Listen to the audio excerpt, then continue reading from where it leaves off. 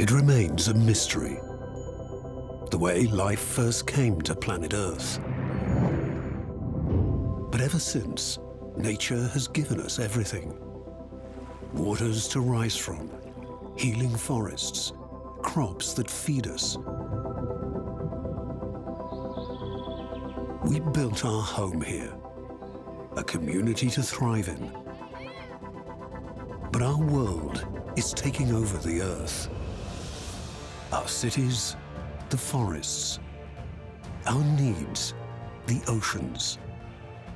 Our home is burning, melting, flooding. People are on the run.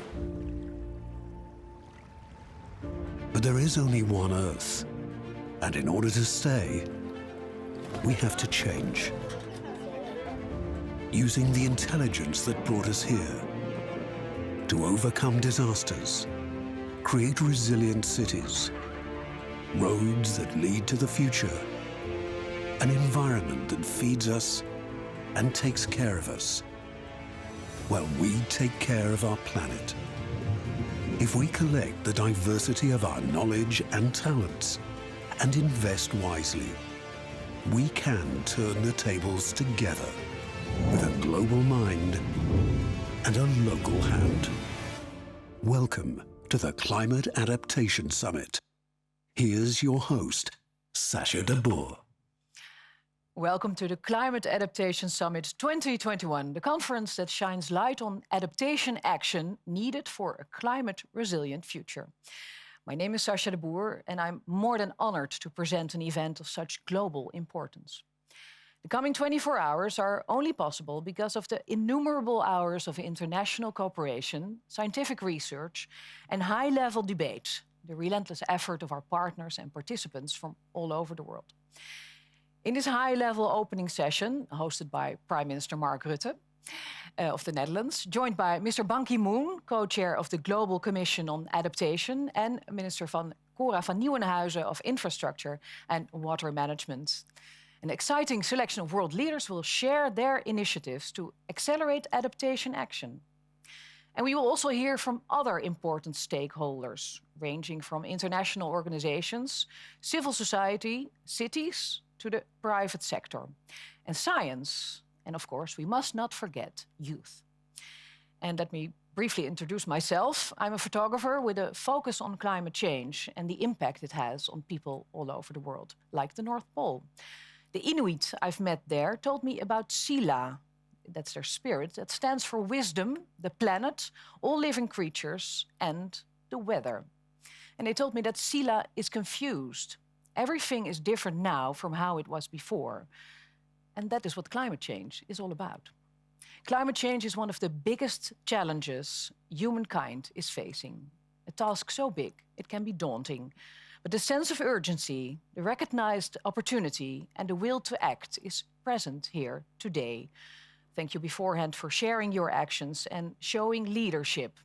Adaptation is essential. It can and will be done. Well, Prime Minister, welcome, and thank you for hosting this very important summit. Could I start by asking you why this summit is so important for the world and for the Netherlands? Well, thank you also for presenting this session. And to all participants and viewers around the world, welcome to the first Global Leaders Summit focused solely on climate adaptation. And why this summit? I think it is because climate change, of course, is happening now as we speak. Its social and economic consequences are already affecting the lives of hundreds of millions of people.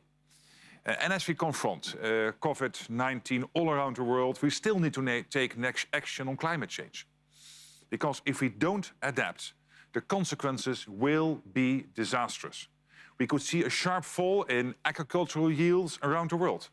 We could see a sharp increase in the number of people who don't have enough water. Rising seas and bigger storm surges could force hundreds of millions of people in coastal cities from their homes. And if we fail to act, climate change could push more than 100 million people in developing countries below the poverty line by 2030. But also for the Netherlands, for us here too, climate adaptation is a matter of pure survival. A large part of my country lies below sea level, as you know. The Netherlands is a small, densely populated and resourceful country. So we are very ambitious. But we are reaching, at the same time, the limits of what climate, nature, but also the environment can cope with. So business as usual is no longer an option for my country and for many others in the same situation. So we like to share our expertise and to learn from all the others. And that's why I'm so delighted and so excited that so many of you have joined us here today. Yeah, it's very important to be here today, everybody together. But what kind of big decisions and actions do we need to take? Well, first of all, let me stress, today is about action. We are bringing together leaders from across the world, from government, from business, from cities, academia, NGOs, as well as other partners. And we have an outstanding opportunity today to discuss how we can recover better, how we can recover stronger and recover together from this crisis. The Global Commission on Adaptation's flagship report, Adapt Now, showed how investing in climate adaptation can deliver many positive returns. Returns in terms of climate safety, resilience, innovation, economic growth, and of course the protection of ecosystems. An investment of $1.8 trillion to scale up climate adaptation over a decade could deliver $7.1 trillion in net benefits. So climate adaptation is the right thing to do. And it's the smart thing to do. So it's good value for money, which is why it makes sense to put adaptation at the heart of the COVID-19 response, as economic recovery will be, I believe, more resilient and more effective with climate adaptation built in. During this summit, public and private sector partners from all over the world will present solutions, actions and best practices on resilient infrastructure, on delta development, on food security, on resilient cities and disaster risk management. And there will be a special focus on the leadership of youth and the adaptive capacity of the African continent. On that issue, I'd like to point out that the Netherlands is ensuring that its development aid is equally focused, so 50-50 on mitigation and adaptation. In 2019, we launched the Dutch Fund for Climate and Development, which is using over 160 million euros in public funding to mobilize private investment worth €500 million. It even has a target of 65% for climate adaptation finance. And that's just one example of concrete action and decisions that can help move climate adaptation forward. And I hope that more and more countries will raise their climate financing for adaptation to match their financing for mitigation. And what are you hoping for going into this summit? Well, of course, I hope that it will set the world on a path towards action to accelerate adaptation and resilience worldwide. So over the next 24 hours, initiatives from over 50 international partners will be discussed at events taking place across the globe. Each one will contribute to an Adaptation Action Agenda that will help guide us towards a climate-resilient future by 2030. I also hope that 2021 will be a year of heightened international ambition and action on climate change after a very difficult, of course, a very difficult 2020.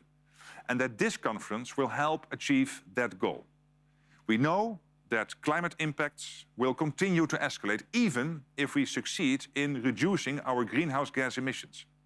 We also know that we can only tackle our climate emergency by working together. And I hope this summit can help foster this global cooperation so that we can both combat and adapt to climate change. And finally, I'd like to thank the Global Commission on Adaptation and its convening countries for your hard work and your leadership on climate adaptation. In the 3 years since you started this work, you have helped spearhead initiatives that are helping to create safer and stronger communities around the world. For this and for your selfless dedication, we owe you a major debt of gratitude.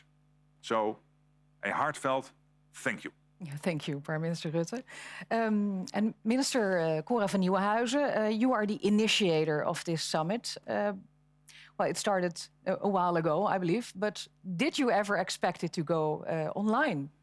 Well, the summit wasn't originally planned to be fully online, of course, but today with COVID, we have no other choice. And climate adaptation is simply too important to postpone this global meeting any longer. So let's all embrace the benefits that are also there. We have a smashing outreach with 30 presidents, prime ministers, heads of state, 50 ministers participating, 300 speakers from all over the world, and about 15,000 registrations. So I'm very happy with that. Yeah, and it's a smaller footprint too. Of course, and no security problems. There are also a lot of benefits. Yeah, thank you. Mr. Ban Ki-moon, Your Excellency, you have been a driving force behind adaptation action. What is your hope for this summit? Well, it's a great pleasure, first of all. Thank you, Mr. Prime Minister, for hosting this very important summit meeting, and also Minister Cora van Nieuwenhuizen. And also I see Secretary General Antonio Guterres of the United Nations, and I'm also very much honored to participate as a co-chair of this inaugural Climate Adaptation Summit meeting. When I reflect on how we have responded to the global pandemic and what lessons we might have learned these past years, one quality shines through. That is the power of global partnership and collaboration. That's the most important things. In this regard, I'd like to take this opportunity to highly commend the visionary leadership of President Joe Biden of the United States for his decisive action to rejoin the Paris Climate Change Agreement as the first act of his presidency. This means the multilateralism, which has been in disarray during the last 4 years, is now back. Thanks to this spirit of collaboration, we now have promising pathways back to health. If we can do this to fight the pandemic, we can certainly do this and more to help hundreds of millions of people adapt to the accelerating impacts of climate change.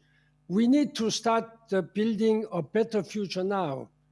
The Paris Agreement recognized that mitigation and adaptation go hand in hand, that they are two equally important building blocks towards a sustainable world that leaves no one behind.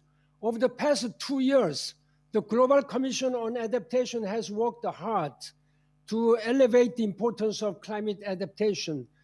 That work will now be succeeded by the Global Center on Adaptation, based in the Netherlands and led by my very able colleague, Dr. Patrick Verkooijen. The GCA's inaugural State and Trends in Adaptation report focused on the context of COVID-19. It stated that we need the 5 to 10-fold increase in funding for adaptation for just the developing world, and yet only a tiny fraction of the trillions of dollars in economic stimulus funds announced so far are being earmarked for climate adaptation. That we have to increase. The main three pillars of our summit is that raise ambition, increase, mobilize finance, as well as forge a partnership. We need a step change in adaptation to protect the world, and especially the most vulnerable people and countries from climate impact.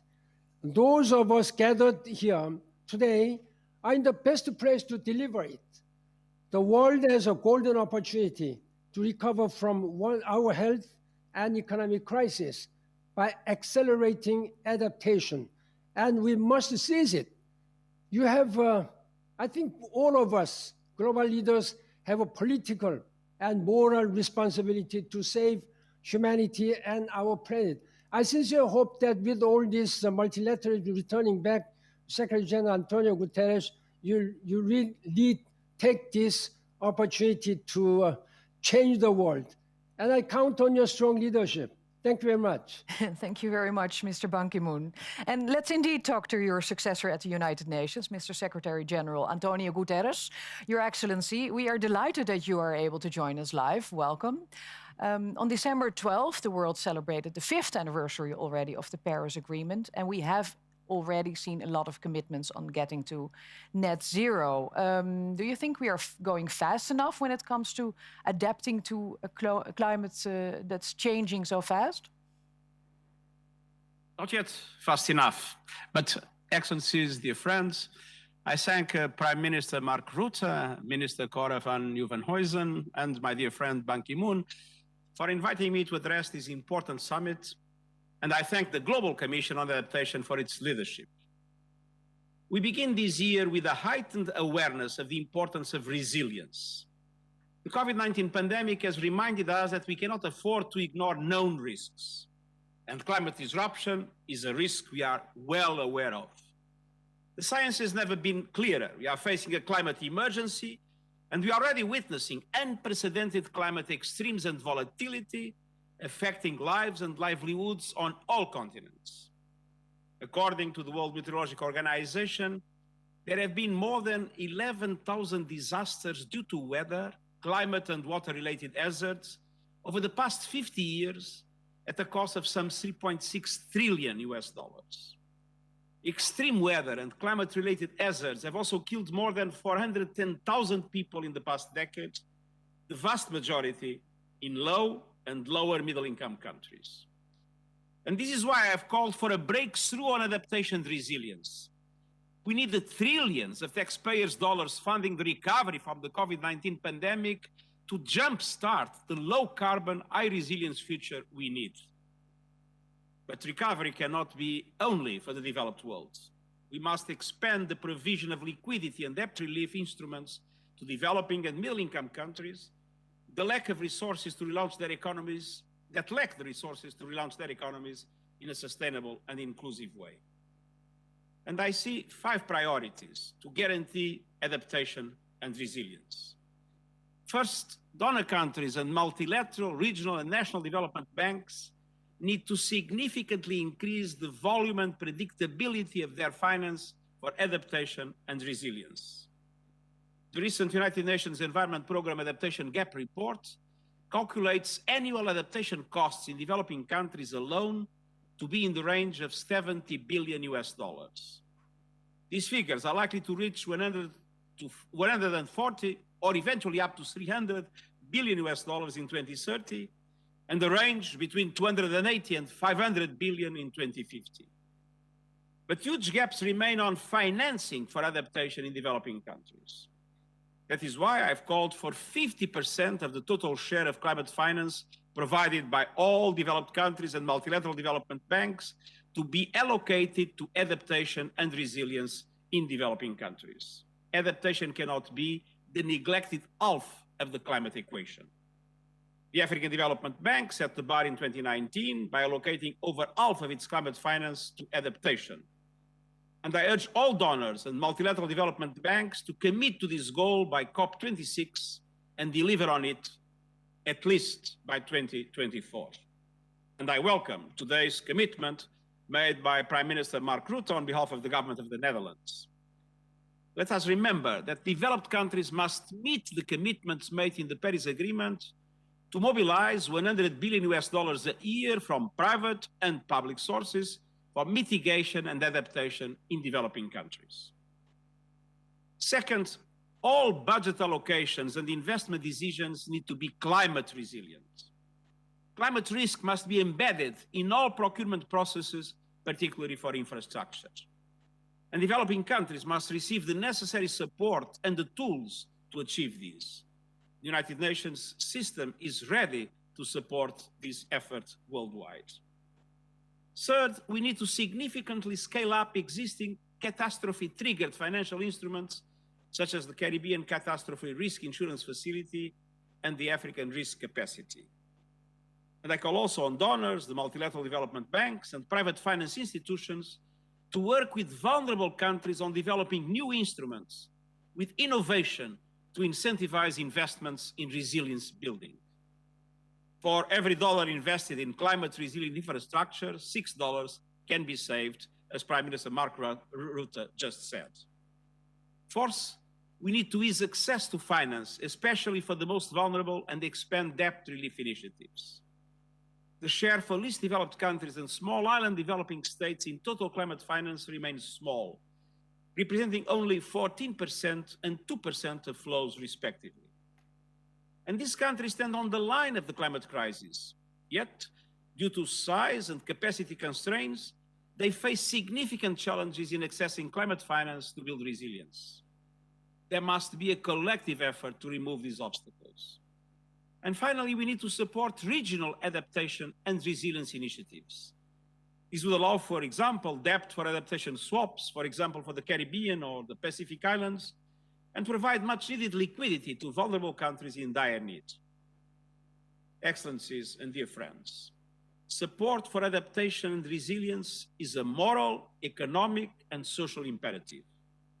Today, 1 person in 3 is still not adequately covered by early warning systems, and risk-informed early approaches are not at the scale required. As illustrated by the Global Commission on Adaptation, just 24 hours warning of a coming storm or heat wave can cut the ensuing damage by 30%. We need to work together to ensure full global coverage by early warning systems to help minimize these losses. We have the tools, skills, and opportunities to deliver more, faster, and better adaptation actions.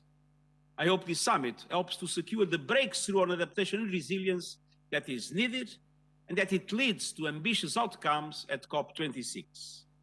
Let us live up to our responsibilities and jointly change course towards a sustainable, fair, and resilient future, and I thank you. And I thank you, Secretary General Guterres, and stay with us, please. Well, let's move to Africa, where climate change is felt on a daily basis. President Akufo-Addo from Ghana, Your Excellency, thank you very much for sharing your action.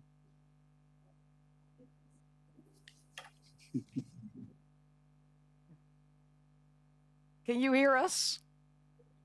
President Yes, Akufo-Addo, can you hear us? Me? Could you share your action yes, with us, I can please? hear you. Can you hear me? I can hear you very well. You hear me? Yes, I can hear you. Yes.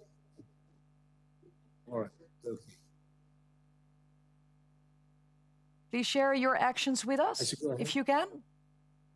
All right. Okay. Your Excellencies, as co-chair of the United Nations Eminent Group of Advocates for the Sustainable Development Goals, I'm delighted to join you this afternoon virtually for this historic Climate Adaptation Summit. I thank my good friend, the former Secretary General of the United Nations, His Excellency, Mr. Ban Ki-moon, for the honor of this invitation. The climate crisis is wrecking lives and livelihoods and disproportionately affecting the poor and the most vulnerable in society. Amid the existential threat posed by climate change, this summit comes at a time when our world is faced with one of its toughest challenges yet, the COVID-19 pandemic. It is a challenge we must not only confront head-on, but one from which we must emerge as victors. It is vital that we are united in action and do all we can as soon as possible to save lives, restore livelihoods, and spur the growth of our economies. While ensuring this, it is incumbent on all of us to help protect our communities from future health, economic, and climate change shocks. In Ghana, we're committed to promoting climate adaptation action. And that is why we're pleased to be collaborating with the Global Center on Adaptation, in close collaboration with the African Development Bank, in pioneering solutions on how to build durable infrastructure and supporting African cities to guard against the impacts of climate change. We're also working with the private sector and with the assistance of the Green Climate Fund, to establish a multi-million-dollar green fund to support our climate adaptation interventions and our efforts to transition to renewable energy. We expect these initiatives to deliver tangible progress towards Ghana's adaptation and development objectives. By laying the foundation now, we bestow to future generations stronger, safer, and healthier communities. Young people have done the least to cause climate change, and yet will suffer its impact the most. Across Africa, the continent with the world's youngest population, we must scale up the solutions that deliver green jobs and resilient livelihoods. It is for them and future generations that we must all come together and use this summit as a turning point to create a more prosperous, greener, and fairer world. We cannot fail in this endeavor, as success is the greatest inheritance that we can leave for the current and future generations. I thank Your Excellencies for your attention. Thank you very much, Mr. President. Thank you. Over to our neighbor, Chancellor Angela Merkel from Germany. She has sent us a video message about Germany's adaptations and reduction measures. Sehr geehrter Herr Premierminister, sehr geehrter Herr Generalsekretär, liebe Kolleginnen und Kollegen, sehr geehrte Damen und Herren. Wir wissen und wir sehen es. Der Klimawandel gefährdet unsere Umwelt, unsere Wirtschaft, unsere Sicherheit überall auf der Welt. Aber gemeinsam haben wir es in der Hand, die Folgen einzudämmen. Davon bin ich überzeugt. Daher entwickelt Deutschland seine 2008 beschlossene Anpassungsstrategie an den Klimawandel regelmäßig weiter. Parallel dazu setzen wir unseren Weg der Emissionsminderung in Richtung Klimaneutralität fort. Auch bei unserer internationalen Klimafinanzierung verfolgen wir sowohl Anpassungs- als auch Minderungsmaßnahmen. Dabei machen wir uns insbesondere stark für Klimarisikofinanzierungen und Versicherungen. Hierfür haben wir auch unseren jeweiligen Vorsitz der G7 und G20 in den vergangenen Jahren intensiv genutzt. Multilateral wird die Bundesregierung ihr Engagement weiter ausbauen und bilateral werden wir weitere 120 Millionen Euro investieren. So unterstützen wir auch die globale Partnerschaft Ensure Resilience, ihrem Ziel gerecht zu werden, bis 2025 insgesamt 500 Millionen besonders arme und gefährdete Menschen abzusichern gegen Klimarisiken wie Ernteausfälle oder Überschwemmungen. Deutschland sieht sich in der Mitverantwortung, die Resilienz armer und ärmster Länder zu stärken. Daher haben wir im Dezember zusätzliche 50 Millionen Euro für den Anpassungsfonds zugesagt, der den Zugang von Entwicklungsländern zu internationaler Klimafinanzierung verbessert. Deutschland wird auch weitere 100 Millionen Euro für den Fonds für die am wenigsten entwickelten Länder zur Verfügung stellen. Dem Klimawandel und seinen Folgen entgegenzuwirken, fällt leichter im Vertrauen darauf, dass wir weltweit partnerschaftlich an einem Strang ziehen. Für Deutschland kann ich sagen, wir packen mit an. Thank you, Chancellor Merkel, for sharing your action. Well, when it comes to climate change, the annual COPs, the Conference of the Parties, the climate negotiations, are essential. They are the moments that define the global ambitions. And allow me to introduce His Excellency, President Sebastián Piñera from Chile, COP25 President. Welcome, President. Good afternoon, my colleagues and friends. Each generation has its own challenges and missions. But no generation has faced such an urgent and formidable challenge as climate change and global warming, and such a great mission as survival. This is the battle of our lifetime.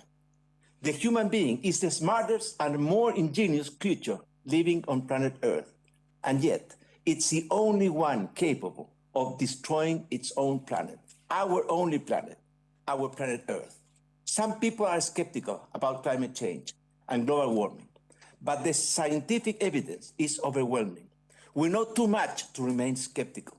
The concentration of greenhouse gases and global temperature is the highest in the past 8,000 years. This is not a matter of opinion, ideology, or faith. It's a matter of facts and science. We need to take bold action and tackle the root of the problem, reduce our emission and increase our capture of greenhouse gases. This is why Chile pledges to become a carbon neutral country before 2050. But at the same time, we must adapt to this new climate reality. Adaptation is not an option. It's an urgent task for the benefit of this generation and those to come. Chile is fully committed to this endeavor. During our COP25 presidency, we pushed for a strong recognition of adaptation as a top priority in the global response to climate change. I would like to highlight 4 points. The COVID-19 pandemic has shown us that as we fight this sanitary, social, and economic crisis, we cannot forget that adaptation to climate change needs to remain in the core of our agenda. The climate crisis continues and is affecting the most vulnerable groups in our society.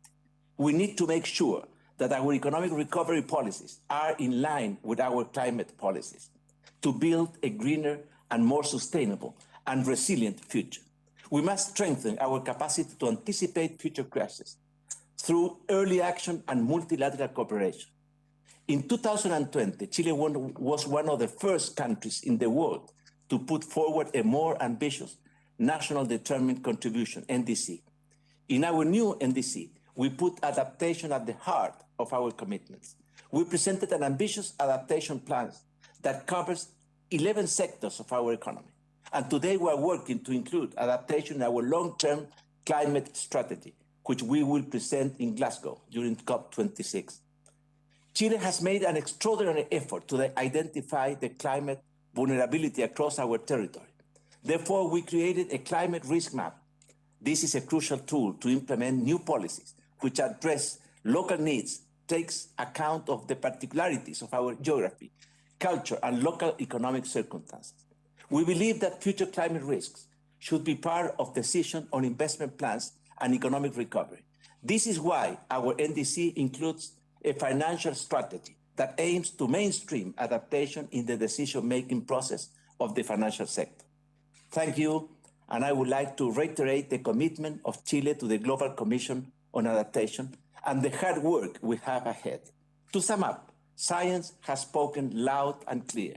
Our citizens are urging us to change course. Technology provides us with the tools.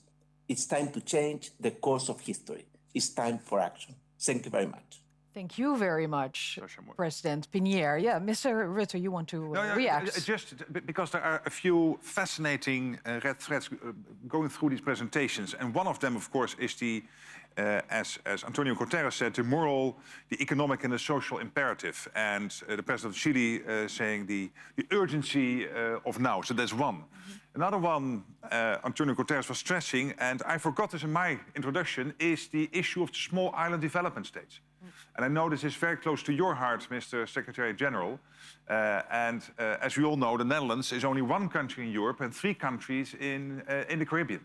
And they all face these issues of small island development states being confronted by climate change and the need for climate adaptation. A third one, also stressed by the President of Ghana, is the issue of young people, who have only contributed very little to this problem, but they will be confronted with it to a large extent. And I visited Ghana in 2017 together with Emmanuel Macron, and I know that it's very close to the heart of the President of Ghana. And finally, both Germany, Angela Merkel, but also the President of Chile, stressing this issue of how the G20, the G7, the mainstreaming also financially, how we have to do this. So I think there are a couple of red threads now going through these presentations, which are already very interesting. I'm really keenly looking forward to the others. Very good. Well, let's continue then. Because with the Climate Adaptation Summit 2021, COP26, as the President Pinier already mentioned, and many more climate-related events later this year, 2021, promises to be an important year for climate ambition. And well, let me introduce COP26 President. He's the Prime Minister of the United Kingdom, Mr. Boris Johnson. Stopping climate change 10, 20 or however many years from now can't and must not be the limit of our ambition. Because when we look to Bangladesh and see more powerful and more frequent storms and cyclones, when we look to California, Australia, and see soaring temperatures and raging wildfires, when we look to the Island nations of the Pacific can see whole communities submerged by rising seas. We cannot deny that dramatic climate change is already happening, already devastating lives and economies. And because prevention is not only better than cure, it's cheaper too. If we fail to act in 2021, then by 2030, the annual bill for adaptation in developing countries alone will have reached as high as $300 billion. I'll be making the need for a more resilient recovery a priority of the UK's G7 presidency this year. And to make sure we get not just warm words, but real change, I'm today launching an all-new Adaptation Action Coalition, which is a joint effort between the UK, Bangladesh, Egypt, Malawi, the Netherlands, St. Lucia, and the United Nations. This coalition will draw on the expertise of businesses, scientists, civil society, and more, working with the Race to Resilience and the UN High-Level Climate Champions team to build on 2019's call for action on adaptation and setting the agenda ahead of COP26 later this year. So, let 2021 be the year that we fight back, not just against climate change, but the effects of climate change that are already being felt. Thank you, Prime Minister Johnson. And it brings us to Prime Minister Modi from India, who during the UN Climate Action Summit in 2019 announced a global coalition on resilient infrastructures. Adaptation is more significant today than ever before. And it is a key element for India's development efforts. We have promised ourselves that we will not just meet our Paris Agreement targets, but exceed them. We will not just arrest environmental degradation, but reverse it. And we will not just create new capacities, but make them an agent for global good. We are going to restore 26 million hectares of degraded land by 2030. We are providing clean cooking fuel to 80 million rural households. We are connecting 64 million households to pipe water supply. And our initiatives have not been restricted to India alone. The International Solar Alliance and the Coalition for Disaster Resilient Infrastructure shows the power of global climate partnership. I invite all of you to the 3rd International Conference on Disaster Resilient Infrastructure later this year in India. Excellency, if we take care of Mother Earth, she will continue to nurture us. This sentiment should guide our way forward. Thank you. Thank you very much. Thank you very much, Prime Minister Modi. Well, earlier we heard Secretary General Guterres share that unlocking more adaptation finance is essential. Investing in adaptation will indeed save money in the long run, as it is more expensive to build back. We've asked leaders on their views. First, President Macron from France. Let's listen to his statement. L'adaptation et la résilience sont en effet des mots qui ont résonné avec force et gravité ces derniers mois. Et la crise de la Covid-19 que nous sommes en train de vivre et qui secoue encore la planète tout entière a montré plus que jamais à quel point il est crucial de protéger les populations face aux chocs et leur permettre de s'en relever. Le changement climatique est l'un de ces chocs qui nous concernent tous, dont les impacts se manifestent et s'intensifient partout. C'est pourquoi il nous faut, dans l'esprit de l'accord de Paris, faire preuve d'ambition et de solidarité. Il en va de notre responsabilité à tous et de notre responsabilité à chacun. Mais il est tout aussi important d'accélérer la mise en œuvre d'actions d'adaptation sur le terrain afin de réduire la vulnérabilité de nos sociétés. Au niveau international, la France poursuit ses engagements en matière de solidarité climatique. L'Agence française de développement a déjà multiplié par 4 son soutien financier à l'adaptation depuis 2016. Et comme je m'y suis engagé le 12 décembre dernier Lors du sommet de l'ambition climatique, la France rehaussera le niveau de finances climat à plus de 6 milliards d'euros par an. Elle consacrera un tiers de celle-ci à l'adaptation. La France joue par ailleurs tout son rôle pour aider à la mobilisation au niveau mondial des financements publics et privés sur le sujet de l'adaptation. Lors du sommet Finances en commun, nous avons lancé une coalition de 450 banques publiques de développement qui se sont engagées pour la première fois à intégrer l'adaptation et la résilience dans leurs stratégies et opérations. Elles se sont également engagées à renforcer l'action pour financer l'élaboration et la mise en œuvre de plans nationaux d'adaptation. Au nord comme au sud, il nous faut repenser les infrastructures, les routes, les ports, à l'aune de l'élévation du niveau de la mer, des événements climatiques violents, de la hausse des températures moyennes et des transformations d'écosystèmes que cela engendre. Tout cela est la meilleure manière de prévoir les prochains chocs, de lutter contre les grandes transformations qui sont déjà à l'œuvre et aussi d'avoir une action utile et coordonnée contre les grandes inégalités de nos sociétés et à travers le monde. Je vous remercie.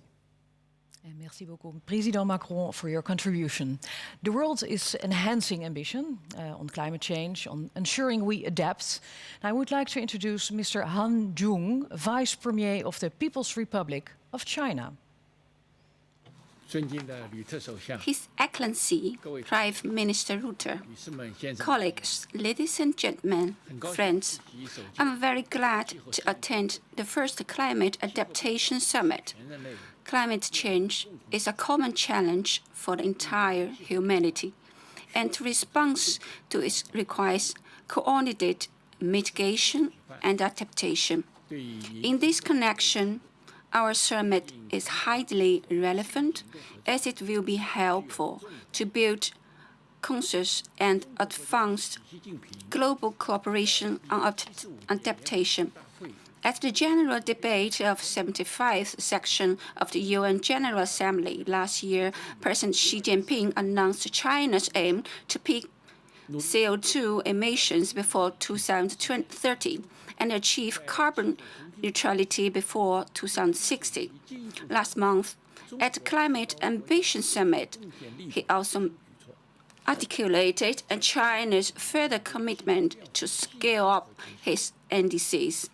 This shows China's conviction and resolve to tackle climate change.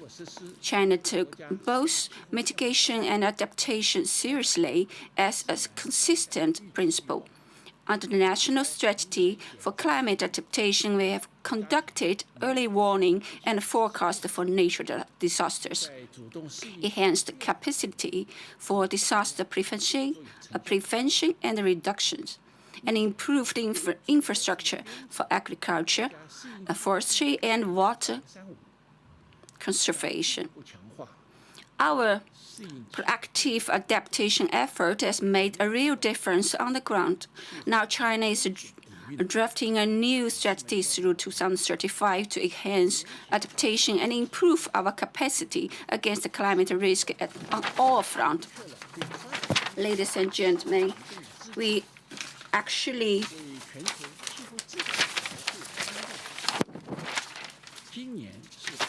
this year, 5 years ago, the Paris Agreement laid out the global goal on adaptation, demanded support for adaptation in developing countries, and provided new visions for global climate governance. This year marks the beginning of the full implementation of the agreement. With this in mind, I propose that we work together in the following 3 areas. First of all, we should take initiative to steadily implement the Paris Agreement. Adaptation is the most present and pressing need for the developing countries. Developed countries should, as required by Paris Agreement, scale up their financial and technological support for developing countries in adaptation. Second, we should improve adaptation with redoubled effort.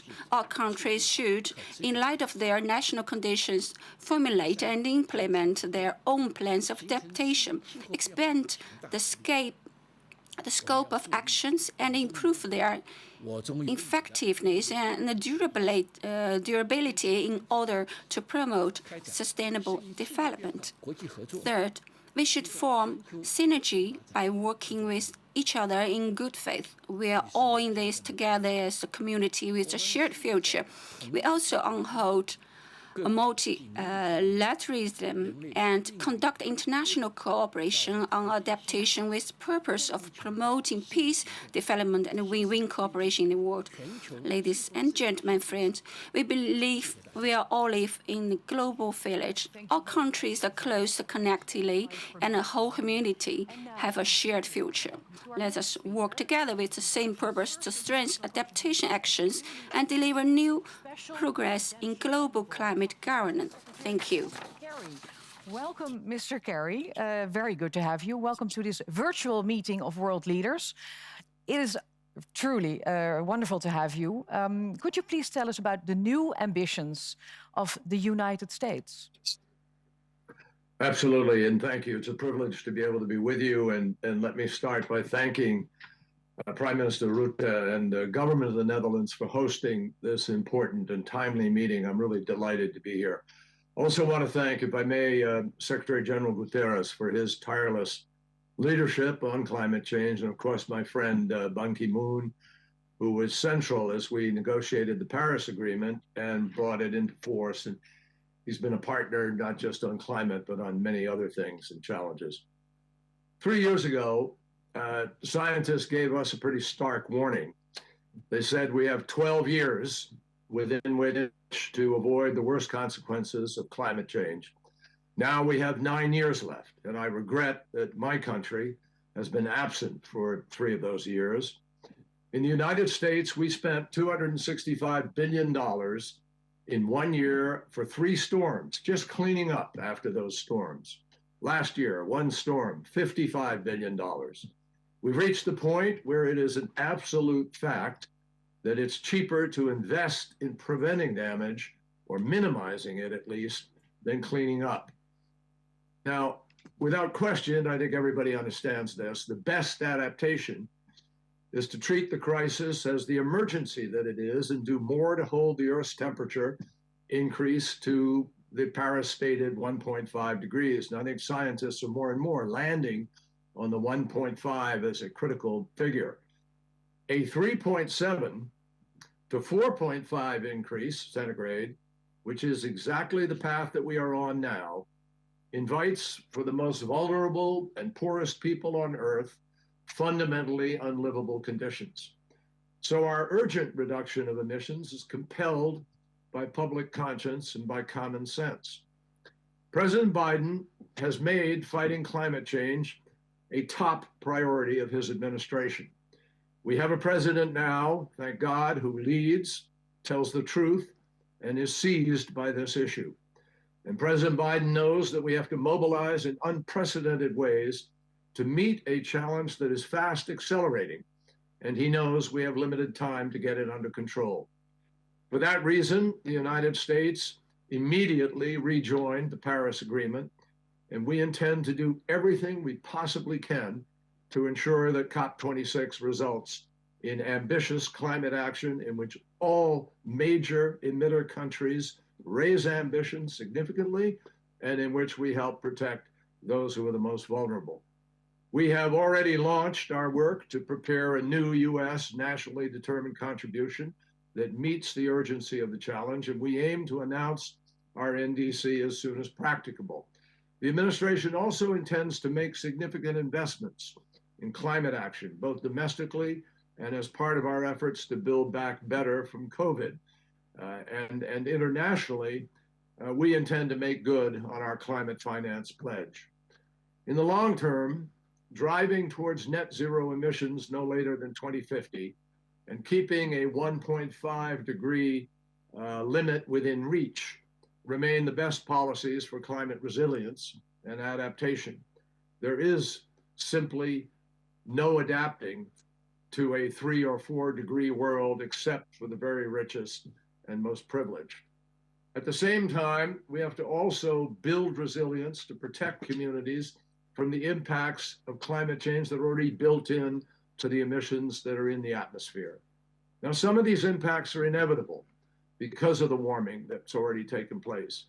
But if we don't act boldly and immediately by building resilience to climate change, we are likely going to see dramatic reversals in economic development for everybody. Poor and climate vulnerable communities everywhere will obviously pay the highest price. So the United States will work on 3 fronts to promote ambition and resilience on adaptation.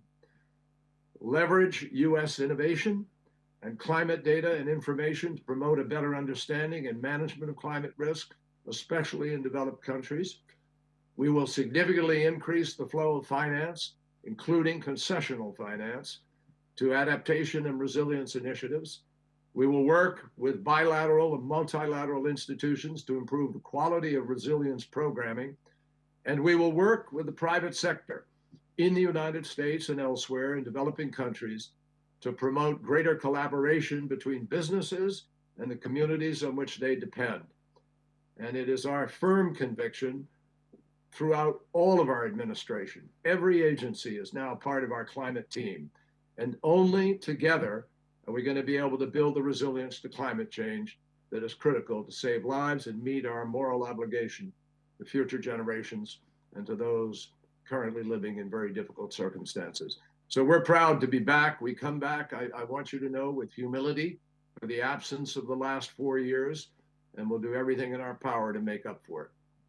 Well, Mr. Kerry, it's wonderful to have you back. Thank you very much. And the world is grateful for the reinstatement of climate ambition from the USA. Thank you very much. Yeah, Mr. Rutte, what do you say? Well, Sasha, I'm so happy to hear John Kerry say this, because we need the US to be back at the center of the action. We need the leadership of the United States, European Union, China, Asia, because otherwise we can never cope with this. And I think also, interestingly, there were 2 themes coming through the previous presentations. One is about coalition building. And we heard Prime Minister Boris Johnson talk about coalitions around the globe, from Egypt through to Bangladesh.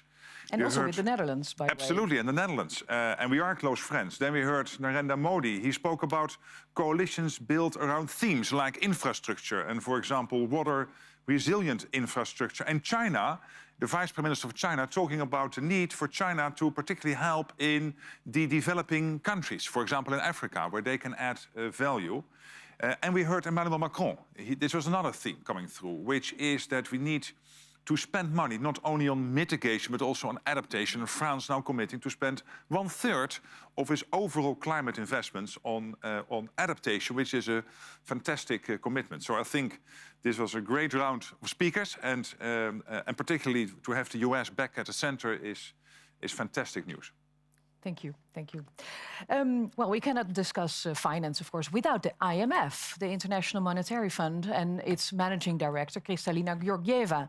Ms. Georgieva, you have been one of the biggest drivers on climate financing. How can we scale up adaptation finance? First, many thanks to Prime Minister Rutte for bringing us in this special moment.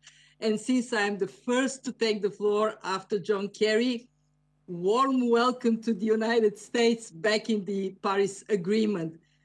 To tackle this grave challenge of climate change, we need all hands on deck. And certainly the US is so critical for success. Saying all hands on deck, that also means international organization playing our role.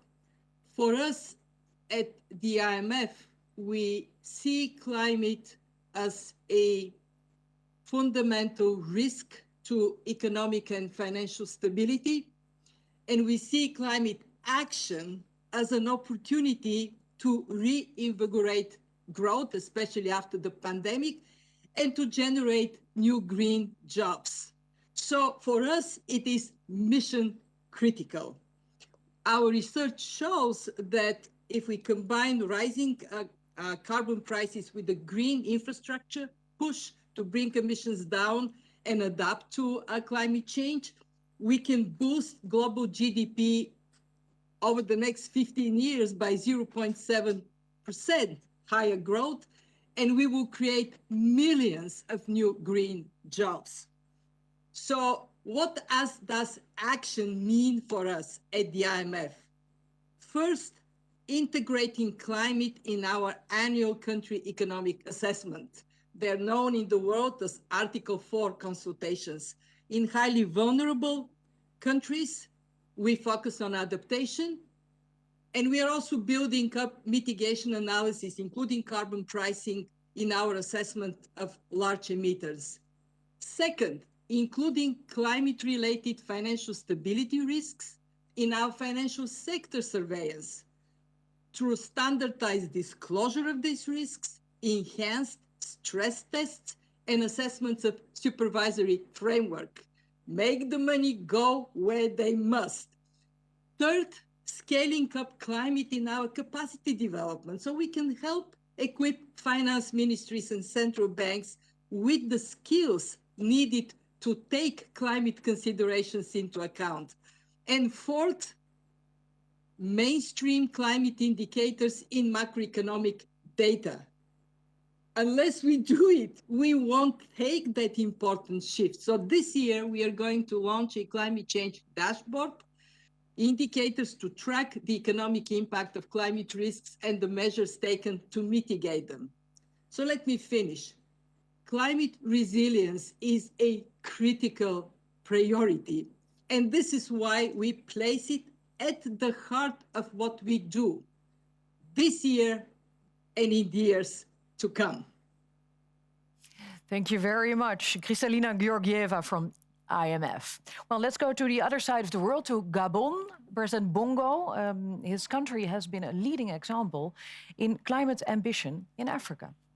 Prime Minister Rutte, Secretary General Ban Ki-moon, co-chairs of the Global Adaptation Summit, Excellencies, ladies and gentlemen. The devastating effects of climate change are on the rise, especially on the African continent. Unchecked, climate change would create hundreds of millions of climate refugees in Africa by the middle of the century. In response to that challenge, African heads of state launched the Africa Adaptation Initiative, AAI, at COP21 in Paris. Our objective was to ensure that the continent urgently adapts to the adverse effects of climate change. Today, the COVID-19 crisis is eroding our hard-earned developmental gains, as well as adding fuel to the continent's existing climate crisis. Still, Africa has no choice but to adapt and chart a climate-resilient future. As the champion of the Africa Adaptation Initiative, I have taken the lead to accelerate action by committing domestic financial resources to AAI and by promoting strategic partnership. Therefore, I'm extremely pleased to see the strong collaboration emerging between the AAI and the Global Center on Adaptation, GCA, which has just been formalized by signing an MOU between the GCA and AAI, with the GCA as the AAI leads coordination partner. GCA will work to implement the vision and roadmap of the AAI. Thank you very much, President Bongo. Next to Grenada, Grenada is a small island development state. Welcome, Prime Minister of Grenada, Keith Mitchell. It is my pleasure to participate in this summit, convened at a time when the global community is reeling under the combined effects of COVID-19 pandemic, climate change, biodiversity loss, and socioeconomic stagnation. It is heartening to see that as a global community, we are all on board, committing to such action. I am therefore pleased to say today that Grenada has delivered on its climate adaptation and mitigation commitments through its National Adaptation Plan, its second nationally determined contributions, and its National Sustainable Development Plan 2020 to 2035. through our flagship adaptation project, Climate Resilience in the Water Sector, Grenada has embarked on the total transformation of the sector with the kind support of the Green Climate Fund and GIZ.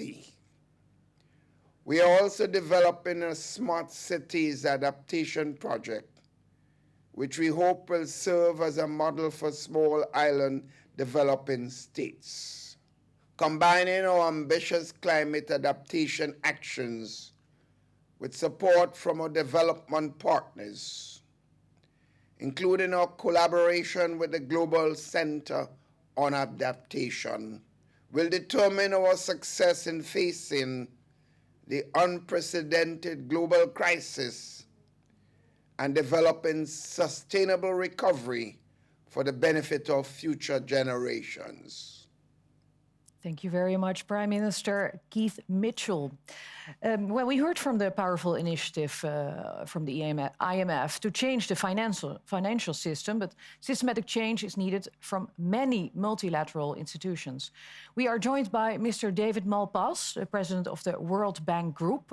President Malpass, thank you for joining. May I ask you to share your views? Thank you very much. Thank you, Prime Minister Rutte, Secretaries General, Your Excellencies. The World Bank recognizes and appreciates the Netherlands' leadership and expertise on adaptation. I've previously described the World Bank Group's broader efforts on climate finance, where the World Bank is the largest multilateral funder, is at record funding levels, and is committed to increasing further. I'll focus today on action on adaptation, which is a core activity in the World Bank Group's development activities. Our financing for adaptation increased from 40% of climate finance in 2016 to over 50% in 2020, and we've committed to making it half of our total climate finance for the next 5 years. I'd like to give some examples of tangible outcomes. In 6 West African countries, we're working to protect against coastal erosion, restore wetlands and mangroves, and build seawalls and dikes. In Niger, we're working to improve the management of agricultural lands and increase crop yields. In Mozambique, we're building resilient roads and transport links in response to recent devastating cyclones. This is critical so that people can access health services and farmers can get their crops to market. And in 11 countries across Africa's dry lands, the World Bank Group plans to invest over $5 billion over the next 5 years to improve livelihoods and restore degradation. This investment is a major contribution to the Great Green Wall. In small island states across the Caribbean, Pacific, and Africa, we support risk management readiness operations and deferred drawdown options. These help countries build institutions and strategies to handle national emergencies caused by natural disasters and to access instant funding when disasters strike. And beyond providing direct finance, we're taking steps to strengthen resilience in our projects. We're boosting capacity to respond to shocks by investing in better social protection systems, weather observation systems, and early warning and evacuation systems. These are particularly valuable for the small island states. Our goal is to help keep communities safe and help them develop in ways that are resilient during climate change. We look forward to working closely with all of you. Thank you. Thank you very much, President Malpass. Well, what do you say? It's huge investments. Absolutely, and this is a commitment which the World Bank has made previously, but now it is happening. The 50% is a huge target, but it is also, I think, helping with a few of the common themes coming through the last 4 presentations. Both the President of Gabon and the Prime Minister of Grenada stressing the need to implement at a national level what they are doing in terms of commitment on adaptation and mitigation. And the World Bank is crucial here to help with this knowledge. I know the World Bank is also helping the Kingdom of the Netherlands in the Caribbean in some of the rebuilding efforts we are doing at the moment, and that's crucial help. Another common theme is from Kristalina Georgieva. She is a fantastic leader and has always stressed in all her roles previously and also in this capacity that there is a huge opportunity for growth, economic growth, coming out of green jobs. My personal vision for the Netherlands is that by 2030, building back better after COVID-19, we will see that from the 10 million jobs we have now in the Netherlands, that probably a quarter to maybe 1/3 of those jobs will be in professions we don't even know of yet. So we have now to invest in a way in our innovation portfolio, in our capacity for research and development. And this is true not only for developed countries, but also for developing countries, to make sure that not only we make our world adaptive to what is happening in terms of climate change, but also to create those green jobs and future business opportunities, which will lead to more overall wealth for our country. So there is a huge opportunity, and Kristalina, thanks for your leadership in showing us the way. Thank you. Thank you, Mr. Rutte. And now I've heard, Mr. Guterres, you have to leave us now, unfortunately. I hope you're not looking surprised now, but thank you very much for joining us. You were a very honored guest to have you. UN Secretary General Antonio Guterres, thank you very much for joining us this last hour. Thank you very much and congratulations. A remarkable summit. Thank you very much. Antonio. See you next time. Thank you very much. Well, we have just listened to government leaders, multilateral development banks and international institutions all committing to action and showing what can and should be done. But there are more stakeholders for action. Last Friday, in the Netherlands city of Groningen, only the Dutch can pronounce this well, I believe, Groningen, youth and science shared their call to action. People and organizations from all over the world participated in the Dutch Climate Adaptation Week Groningen from the 19th until the 25th of January 2021. An intense, interactive online program invited participants to join forces. Merely by cooperating, we can produce smart solutions to accelerate climate adaptation.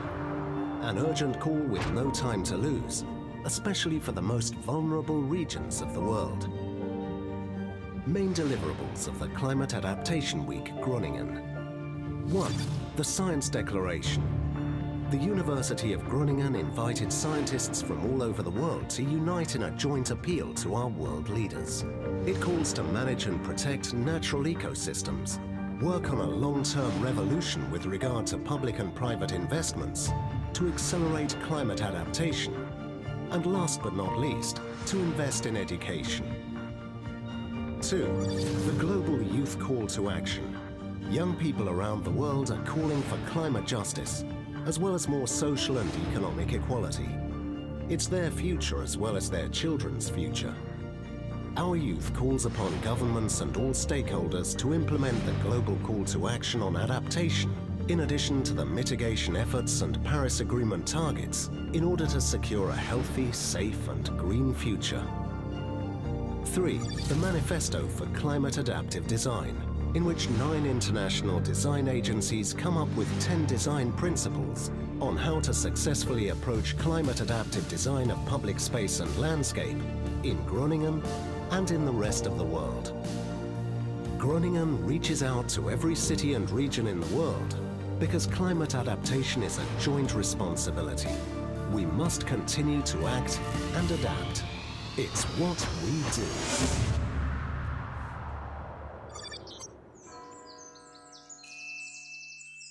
We just saw Patrick Verkooijen, Professor Climate Adaptation Governance at the University of Groningen, for a very short while in this video. He's also CEO of the Global Center on Adaptation. Welcome, Mr. Verkooijen. And welcome to Joshua Amponsem. He's a youth representative. You are on the video. I will ask you a few questions later. Mr. Verkooijen, you launched this science declaration last Friday. How does this help the agenda? Well, thank you, Sasha. Indeed, the COVID crisis is like the climate emergency, is everybody's business. Last Friday, over 3,000 scientists from across the globe, over 120 countries, 5 Nobel laureates launched this Groningen declaration. Why is it important? 3 things. 1, climate adaptation has to be at the heart of the economic recovery from COVID. It's good for our health, for the planet and the economy. 2, we need to translate our agenda from advocacy into empowerment. education is key. So I'm delighted that today we're launching the first ever massive open online capacity building program to support those living on the front lines. And 3, specifically for Africa, it's important that we unleash the entrepreneurial spirit of young people. Together with the African Development Bank, President Hasina, we're launching a massive program here as well. So we have a once-in-a-lifetime opportunity to build forward better. On behalf of our co-chair of the GCA, Mr. Ban Ki-moon, and Feike Sijbesma, count us in. Very good. Well, let's hear from a youth representative, Joshua Amponsem. What is your message to world leaders? Your Excellencies, ladies and gentlemen, I speak to you today on behalf of the hundreds of thousands of young people brought together by the GCA to produce a youth call to action. Because while we must continue to accelerate progress towards a net zero world, young people, especially young women, and those from indigenous communities are already feeling the impacts of climate change now. Our call to action shows we want to play our part in building a resilient future, but we need your support. Empower us through mandatory climate change education, and the MOOC is a brilliant opportunity to start with that. But we need this also in curriculums at the national level and also for informal young people to get the skills. Equip up with training for green jobs that focuses specifically on adaptation and finance us as we develop innovative solutions to adapt for our future. And very important, by the time I am at this age, sitting where you are as world leaders, it will be too late. And this is very critical. So right now, right here, your commitments will determine if the youth on the front lines become a climate migrant or a climate refugee, or they become a climate leader at the next extreme weather event. So please take action now. Thank you. Thank you very much, Joshua. And thank you also, Patrick Verkooijen. Thank you. Yeah, the Climate Adaptation Summit is an action-oriented summit, and it's already working very well. We indeed need to incorporate youth in the decision-making process. I hereby would like to welcome Prime Minister Justin Trudeau of Canada, who will talk about the importance of engaging youth. Hello, everyone. Bonjour à tous. Right now, we're all dealing with the health and economic impacts of the COVID-19 pandemic. Job one is to do whatever it takes for as long as it takes to protect people and economies from this virus. But as we work to keep people safe today, we must also plan for the recovery of tomorrow. And that must include an ambitious plan to take strong action to fight and build resilience against climate change. Les jeunes le comprennent mieux que quiconque. Ils savent que nous devons protéger les espèces végétales et animales, rétablir l'équilibre de la nature et préserver notre planète pour les générations futures. Et ils comptent sur nous pour agir maintenant pour leur avenir. That's why Canada has outlined a strong climate plan that will adapt to the impacts of climate change, create jobs, and build a cleaner and more competitive country for everyone. And together with Mexico, we're leading the Global Commission's Nature-Based Solutions Action Track to find more ways to use the power of nature to protect it. And we're continuing to work with international partners to build a more sustainable world, because to effectively fight climate change at home, we must fight it everywhere. But to continue to take on this challenge, we need the voices of young people. That's why Canada supported the Young Leaders Program for the Global Commission, and why we welcome the launch of a new Young Leadership Program to bring together the next generation of leaders to help tackle climate change. So thank you to everyone for joining us in this fight, and thank you to the young people for stepping up and getting involved. Together, we will build a cleaner, safer, and more competitive world.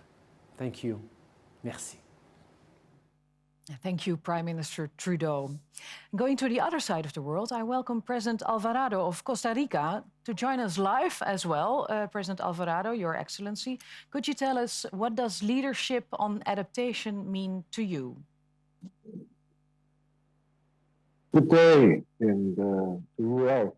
As I recently expressed to Prime Minister Rutte, the climate crisis is being relentless. It is the challenge of our generation. The 2020 hurricane season in Central America once again showed the grave impacts that climate crisis will continue to bring if we don't do something to transform our mindset to a new and greener, inclusive paradigm and a new social contract. migrations, loss of jobs, many things have been going on due to this crisis. Climate change is a matter of human rights. In Latin America, we're seeing the upsurge of climate migrations, job losses, and a plethora of health issues closely linked to the climate emergency. Costa Rica has updated its NDC to set up its ambitions and proceed with stronger adaptation and mitigation actions and commitments. The flagship report of the Global Commission on Adaptation, Adapt Now, made the case for revolutions in understanding, planning, and financing. We need to push for a revolution in understanding the projects, such as Plan A, an initiative that is developing current and future climate risk assessment for the 82 cantons in Costa Rica. We are pushing for a revolution in planning by providing technical guidelines, assistance, and capacity building to local governments to incorporate adaptation actions in their strategic and territorial planning process. In the spirit of the Article 2.1c of the Paris Agreement, we are driving a revolution in financing by designing a funding strategy to scale up adaptation actions on the ground. This will include new financing mechanisms through payment of environmental services programs and other counter-price fiscal and tariff instruments, as well as the inclusion of adaptation criteria in national financing and planning instruments, and in nature-based solutions as adaptation alternatives. The history of Costa Rica shows that pushing for innovation welfare and development models is possible.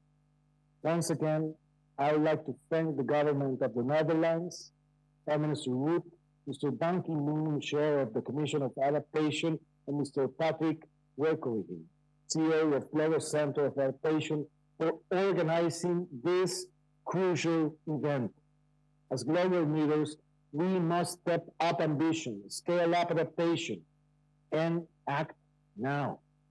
Paraphrasing words of David Attenborough, let us show that a climate resilient pathway is not only something we need, but something we want. So thank you very much for your leadership, and let's keep working together. Thank you very much, President Alvarado. Well, the sound was a bit difficult to hear, but the message is clear. We must act now. Adaptation requires leadership, as we need to have systems and policies changed to cope with the new climate reality. Let's listen to Prime Minister Sheikh Hasina of Bangladesh. It's a country that she calls the ground zero of climate change. Bismillahirrahmanirrahim. Bangladesh is often referred to as the ground zero for climate change adverse impacts. Adapting to the damage already done is as important as the process of reducing future losses and damage. But global adaptation actions are far from keeping pace with the scale of devastation due to the lack of finance and political will. The COVID-19 has proved the importance of being united and acting on time. Bangladesh has emerged as a global leader on locally led adaptation measures, and with the support of the Netherlands, we have developed the Bangladesh Delta Plan 2100. To celebrate the birth centenary of our father of the nation, Bangabandhu Sheikh Mujibur Rahman, we have planted 11.5 million saplings and launched a program called Mujib Climate Prosperity Plan. We have undertaken 789 projects for $443 million from our own Climate Change Trust Fund based on locally led measures. Additionally, as the president of the CBF and the host of the South Asian Office of Global Center on Adaptation, we are promoting locally led adaptation that can bring forth tangible solution for the vulnerable communities in different countries of the world. Thank you very much, Prime Minister Sheikh Hasina of Bangladesh. And she talked about the Bangladesh Delta Plan together with the Netherlands. Yes, and Sheikh Hasina and I have talked a lot about this, and we are working closely with Bangladesh. This is an example of how we can help each other.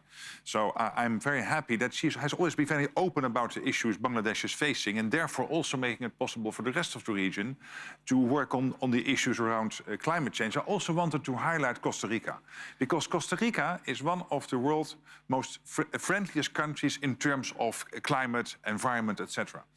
And it is an example of a country which is maybe not big in size or big in the overall size of its economy, but it has a huge impact because their voice has the voice of authority, because we know what they are capable of. And therefore, when Costa Rica speaks, we put down our pen and we listen to her. I was very happy, our pencil down. I was very happy that the president of Costa Rica was in this call. And finally, Justin Trudeau of Canada was also highlighting, of course, the issue of the leadership of the young generation, the youth, but he was also highlighting something else, which is the nature-based solution. So how to build with nature. Like in the Netherlands, we have this program of Room for the River, so that when the rivers are overflowing, that there is enough space for them to do that. And this is also an issue which is close to what China is doing at the moment. Building with nature-based solutions, building on a more climate adaptation. So I think these are some excellent examples we have heard so far, and I'm very happy about it. Yeah, one of those examples from Bangladesh, from Sheikh Hasina, is her forest investment plan. Yes. And planting back mangroves. And that's a real solution there. We cannot do this in the Netherlands, of course. No, not for us, but I mean, this is also they're across the world and far apart, but also Costa Rica has some of the world's most beautiful mangroves. Mm-hmm. You need them also as part of your natural system and your ecosystem. Of course, if that is possible in that part of the world. Here in the Netherlands, it would probably be a bit more difficult. But at least it can help to at least keep the thing together. Good. Let's go to Kenya. Your Excellency, President Kenyatta, warm welcome to you. Let's hear from your point of view, please. Thank you very much. And let me begin by saying how pleased I am to join you in this critical discussion on climate adaptation. Climate change, as my fellow speakers have said, like COVID-19, is without doubt a reality that we must deal with now.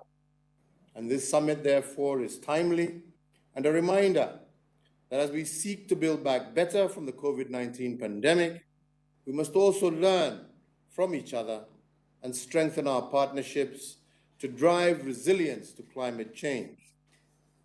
This summit is particularly important to us on the African continent, where a majority of our people are small-scale farmers who rely on agriculture for their livelihood. Given its sensitivity to climate change, agriculture will remain a key priority to our climate adaptation agenda, and we must give our farmers the tools, the information, the education, and the financial support that they need to enable them to adapt to sustainable practices and respond to changing weather patterns, as well as to enhance their productivity. Kenya, for example, is already experiencing the multifold climate impacts, including erratic rainfall, droughts, and increased temperatures. And to contain this situation, we have scaled up our adaptation efforts, mainstreaming them into our national development strategy. And I expect that the Global Center for Adaptation, Africa, hosted by the African Development Bank, will be a key partner in this particular endeavor. So, ladies and gentlemen, today we are here, and I am here to once again give Kenya's commitment to implement the Adaptation Action Agenda, but we can only succeed if we all as a global community collaborate in this noble endeavor. By pulling together, we will emerge stronger and more resilient, and indeed we can expect to reap the triple dividends of both reducing emissions, spurring economic growth, and delivering social and environmental benefits. I want to take this opportunity to thank you, Prime Minister Rutte, to thank my good friend Ban Ki-moon and his foundation, and all participants for making sure that we are here talking together, recognizing that the time for action is now. Thank you all very much. Thank you very much, President Kenyatta. And let me say that we will talk to the President of the African Development Bank in just a few moments. All right, allow me to give the floor to Aruba. I would almost say, let's stay in the Netherlands, but it's on the other side of the ocean. It is part of the Kingdom of the Netherlands. Prime Minister Verkooijen. Your Excellencies, distinguished ladies and gentlemen, it is a great honor today to join you at the Climate Adaptation Summit. As a small island located in the Caribbean, Aruba is proud of being home to the Verkooijen and Tara Beach Resort, which last year became the first hotel ever to win the UN FCCC 2020 Climate Action Award. This private sector initiative sets a world standard for the hospitality and the tourism industry, and it serves as a splendid example for the sector to help address climate change. The government of Aruba is committed to further climate adaptation action toward becoming a climate-resilient island. Aruba's Recovery Master Plan is devised to propel smart, inclusive, and sustainable growth, which include climate-resilient practices and solutions, as these need to be embedded in how we build back better and stronger. I look towards actions on innovative financing mechanisms and partnerships as an outcome of this conference to include also middle-income countries and small island development states to bridge the financing and the investment gaps that they are confronted with. Together, humanity is facing climate change, and I have a firm belief that humanity has shown time and time again to rise up to meet the challenge that we as a world are facing. We can and we must. I thank you. Thank you for showing leadership on accelerating adaptation action, Prime Minister. Well, let's go to our next speaker. That's Cardinal Secretary of the State of Pietro Parolin, who has a message from Pope Francis, the Supreme Pontiff, head of the Roman Catholic Church. On behalf of Pope Francis, I am pleased to extend a cordial greeting to all of you and wish to assure you of his closeness, support, and encouragement in these days of intense effort for a fruitful outcome to this Climate Adaptation Summit. This is a moral and humanitarian imperative, especially since the greatest negative consequences of climate change often affect the most vulnerable, the poor and future generations. While the poor are the least responsible for global warming, they are the most likely to be affected, since they have the least adaptive capacity and often live in geographical areas which are particularly at risk. May we make the response to climate change an opportunity for improving overall living conditions, health, transport, energy, and security, and for creating new job opportunities. This task is difficult and complex, but we know that we have the freedom, intelligence, and capacity to lead and direct technology and to put it at the service of another type of progress, one that is more human, social, and integral. We should show also that we have the political will and motivation to advance this forward-looking endeavor. We have no alternative but to make every effort to implement a responsible, unprecedented collective response intended to work together to build our common home. For sharing Pope Francis's words with us. Well, Prime Minister Rutte, what would you like to say after hearing all these words from world leaders to the Pope as well? It's really great that the Holy Father is also participating in this way in this conference, because the Vatican might be small. The impact the Pope has, the Holy Father has, in terms of his worldwide presence and the fact that he will be heard around the world cannot be underestimated. So we need that leadership, of course, from NGOs, but also from religious leaders. And the Catholic Church, of course, being one of the biggest in terms of its global impact. So I'm very happy that he participates. I was also very proud about Evelyn Verkooijen's message from Aruba. Aruba is one of the small island development states being part of the Kingdom of the Netherlands. And they have always shown leadership. In the last 10, 20 years, they have worked on making that island greener, more environmentally friendly. And in that sense, it is also a beacon in terms of its role in the region, in the Caribbean region. And of course, Kenya, President Kenyatta, what he said, particularly about small-scale farmers, I would like to just highlight how important that is and how much we all, also from the Netherlands, we all want to help. Because we know in countries like Kenya, but also, for example, in Nigeria, which will grow in population probably to 400 million people by 2050, Nigeria. So we have to acknowledge that issue and that impact it has on the agricultural system, and particularly on the economy and the small-scale farmers, is crucial, is huge. And if we do this in the right manner, I'm absolutely convinced we can build economic growth opportunities, but also work on climate adaptation. So I was very happy to hear that particular perspective. Yeah, very good, very good. Well, adaptation is essential to ensure resilience of local communities, small farmers, and regions. And you've also learned that action requires partnerships and that adaptation on the ground cannot be done without finance. So, Mr. Hasina, President of the African Development Bank, thank you for joining us. Could you tell us what your vision is on creating action on the ground? Well, thank you very much. Your Excellencies, as we gather here today for the Climate Adaptation Summit, I would like to commend the visionary leadership of Prime Minister Rutte and the former UN Secretary General, Ban Ki-moon. Climate change is changing hopes and livelihoods dramatically. Africa's growth is being compromised by climate change. The sight of locust swarms devastating thousands of hectares of cropland in East Africa was shocking. Perennial droughts and encroaching deserts lay bare the vulnerability of the Sahel of Africa, scorching lives into misery and driving migration.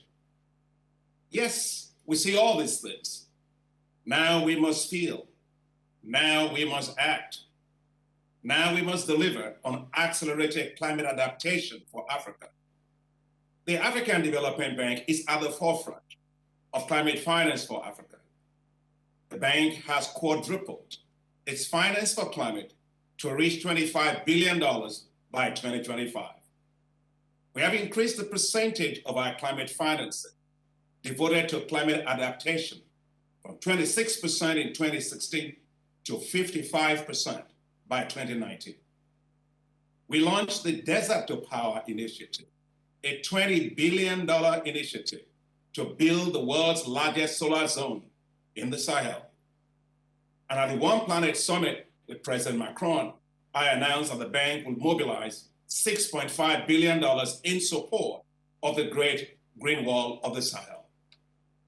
The former UN Secretary General Ban Ki-moon and I, together with Faye Kay and Patrick, have jointly established the Global Center for Adaptation in Africa, GCA Africa, based at the African Development Bank.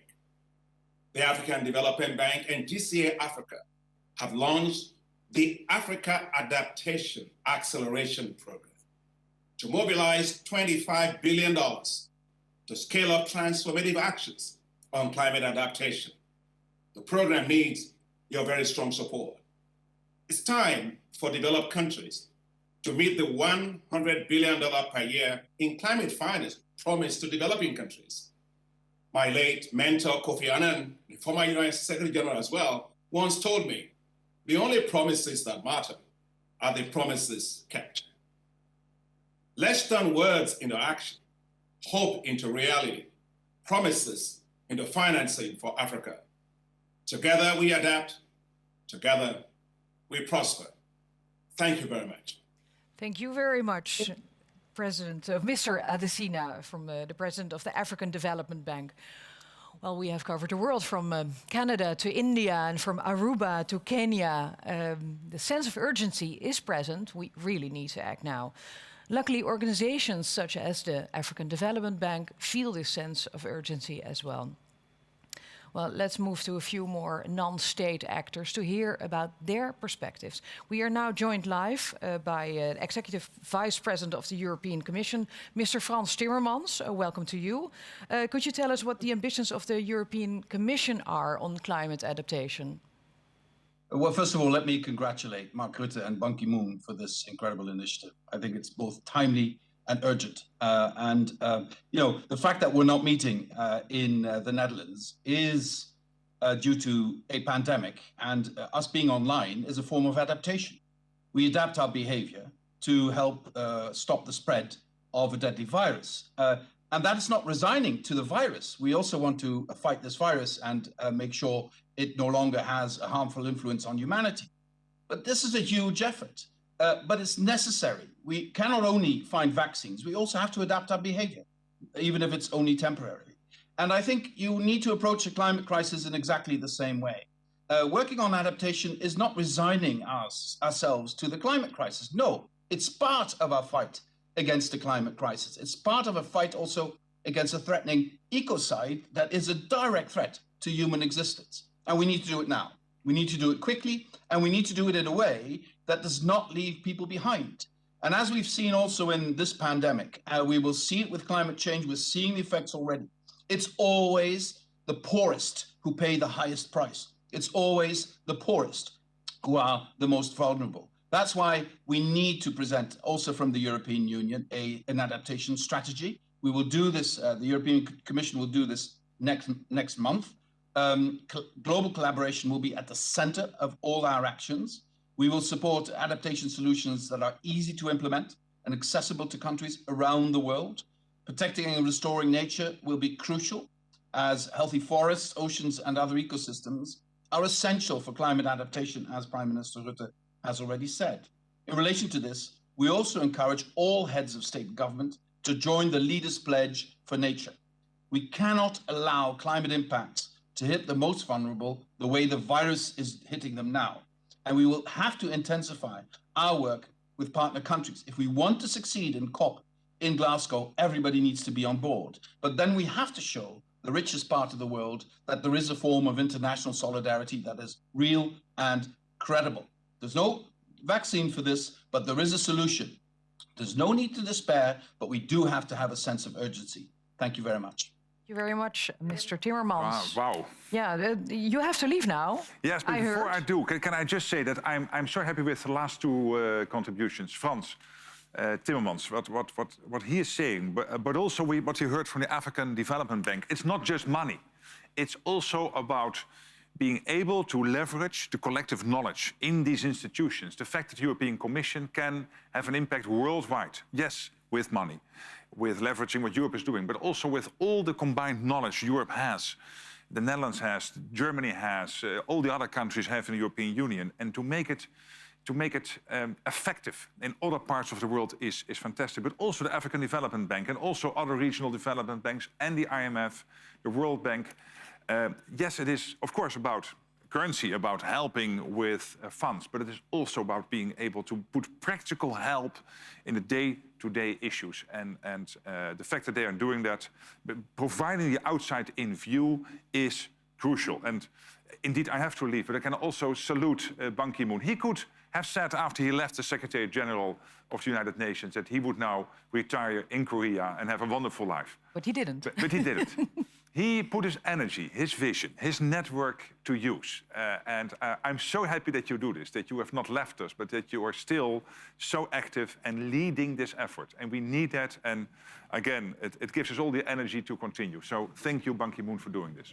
And thank you very much for your contributions, Prime Minister Mark Rutte. We will see you back again at the closing session. Absolutely. So thank you very much. Looking forward to that. And your hosting role for the summit will now be taken over by Minister van Nieuwenhuizen. Thank you very much for being here. Well, adaptation is not only a governmental matter. We've heard about the need for the private sector to be engaged. But there are also other non-state actors, such as the NGOs that operate all over the world, truly creating action on the ground. Mrs. Agnes Kalibata, the president from AGRA, the Alliance for a Green Revolution in Africa, shares her views. For many of us that grew up in modest households in Africa, 2005-2015 was a period of hope. You see, over 40 countries in sub-Saharan Africa had committed to making agriculture work for smallholder farmers. And countries like Ethiopia, Ghana, Rwanda, Burkina Faso started posting agricultural growth of about 8%. We thought that Africa had finally found a path to inclusive agricultural growth and that many more would follow and reduce hunger and poverty. We did not see climate change coming. We did not expect the reversal of hard-won gains. Planting seasons changed. For a continent that depends on rainfall, productivity gains for smallholder farmers shrank, and centuries of traditional knowledge of agricultural systems started getting eroded. I was Minister of Agriculture in Rwanda. I saw efforts to get African farmers access to the world's best improved seed and other inputs leave farmers and governments more indebted rather than increase productivity, validating the notion that farmers one shock away from poverty. The fact that we are coming together to make this commitment is a welcome move that many of us that have lived the plight of Africa's farmers welcome and support. The stakes have never been higher. African countries have committed to adaptation frameworks. At AGRA, we will build on these efforts to strengthen adaptation of farming communities. We commit to strengthen collaboration and scale innovation to deliver the most effective results. And international partnership. We will build on the work of the Global Commission on Adaptation to deliver tangible solutions to climate change for African farmers. I ask each of you to commit to this call, for the time is now.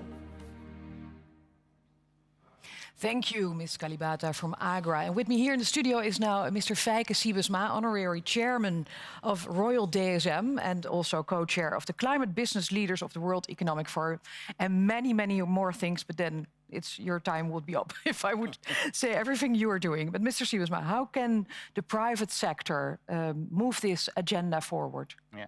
Well, first of all, thanks for this summit, and climate change is, of course, threatening the world. We all know that. We anchored our approach in the Paris Treaty, but we also know we are not on track yet. And climate change is further impacting, especially the developing countries now already. So therefore, this summit, to make ourselves more resilient and to adapt. And therefore, with Ban Ki-moon, myself as co-chair, and Patrick Verkooijen as CEO, this Global Center for Adaptation. And what we do there is we develop the best practices, how to address climate in an adaptive way. So how to make food production more resilient, or our cities, or our infrastructure. And those best practices can be rolled out, can be used by the vulnerable countries. And that is what we need. And this is not only a country thing, like you said. This is also a business topic. Out of its own interest, business needs to be resilient, its own infrastructure, supply chains, etc. But also because it provides 0.7% economic growth. It provides jobs. And therefore, business is involved. And at this moment, globally, we spent about 30 billion. Last year, it went a little bit down on adaptation. We need to make it tenfold of this. So therefore, good that Prime Minister Rutte and Mr. Van Nieuwhuizen said, let's make it 50-50 on mitigation and adaptation for this and for next generations. And therefore, I would say, on climate mitigation, it is the race to net zero. On climate adaptation, it's the race to hopefully full resilience. And that is what we need, private and public sector together. Let's all do it together. We're in this global community, as we heard earlier from one of the presidents. I think it was from Gabon. Yeah. It's very good. Thank you very much, Mr. Siebesma. Well, climate adaptation is a truly complex topic. To find the best solution, all the different sectors have to collaborate, just as you said. They have to do it together. The key word during this summit is action. We need to act, we need to adapt on a global, regional and local scale.